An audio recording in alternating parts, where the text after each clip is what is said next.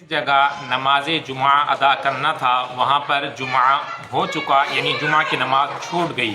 تو اب ایسے شخص کے لیے کیا حکم ہوگا؟ کیا وہ ظہر پڑھ سکتا ہے؟ تو یاد رہے کہ اولاً تو نماز جمعہ ہے اس کا اہتمام خصوصاً کرنا چاہیے، اس کے اندر ہرگز غفلت نہیں کرنی چاہیے، اور جان بوجھ کر بغیر کسی عذر کے جمعہ کو ترک کرنے کی سخت وعیدیں آئی ہیں۔ لہذا اگر کسی نے کوشش کی اور جس جگہ جمعہ پڑھنا تھا وہاں پر پہنچا لیکن نماز جمعہ ہو چکی، تو اب ایسے شخص کے لیے حکم ہے کہ اگر شہر میں کسی اور جگہ اسے جمعہ کی نماز ملنے کی امید ہو تو اس کے لیے شرعی حکم یہ ہے کہ وہ دوسری جگہ پر جائے اور نماز جمعہ ادا کرے۔ بالفرض اگر شہر میں کسی اور جگہ جمعہ ملنے کی امید نہیں ہے، جمعہ نہیں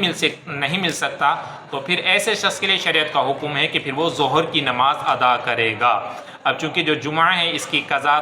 اس لحاظ سے کہ چونکہ جب یہ بغیر جماعت کے ہو نہیں سکتا تو اب اس کے لیے جماعت یہ شرط ہے، تو اب جب اسے جماعت مل نہیں رہی، کسی جگہ پہلی جگہ پہنچا وہاں بھی اس کی جمعہ چھوٹ گیا اور دوسری جگہ اسے ملنے کی امید نہیں ہے، تو اب اس کے لیے حکم ہے کہ اب یہ ظہر کی نماز ادا کرے گا، یعنی جب تک جو وقت باقی ہے عصر کے وقت سے پہلے تو اس پر فرض ہے کہ یہ ظہر کی نماز ادا کرے۔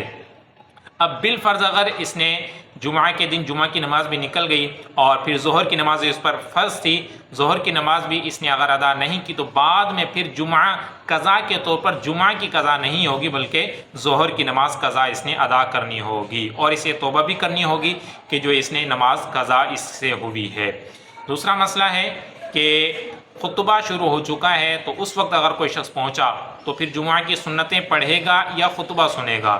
تو ایسے شخص کے لیے شریعت کا حکم ہے کہ وہ خاموشی سے بیٹھ کر خطبہ سنے گا۔ سنتیں پڑھنا ناجائز اور گناہ ہے، یعنی سنتیں پڑھنے کی اجازت نہیں ہے، خاموشی سے خطبہ سنیں گے اور خطبے کے بعد پھر وہ جماعت میں شریک ہوں گے۔ ہاں، اب سنتیں کب پڑھیں گے تو اس حوالے سے حکم یہ کہ جب فرض ہو جائیں تو جمعہ کے فرض کے بعد وہ سنتیں پڑھ سکتا ہے، بلکہ افضل یہ ہے کہ جو جمعہ کے بعد والی سنتیں ہیں ان سنتوں کو پڑھنے کے بعد پھر پہلے والی سنتیں ادا کرے، یہ افضل اس کے لیے، اور اسی پر ہی عمل کر لینا چاہیے کہ جو بعد والی سنتیں ان کو ان کی جگہ پر رہنے دے اور پھر پہلے والی سنتوں کو ادا کر کے آخر میں نفل ادا کر لے۔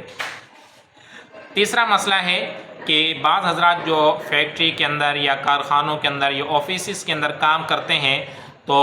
وہ سنتوں کے حوالے سے بھی بعض حضرات پوچھتے ہیں کہ کیا سنتیں ہم چھوڑ سکتے ہیں؟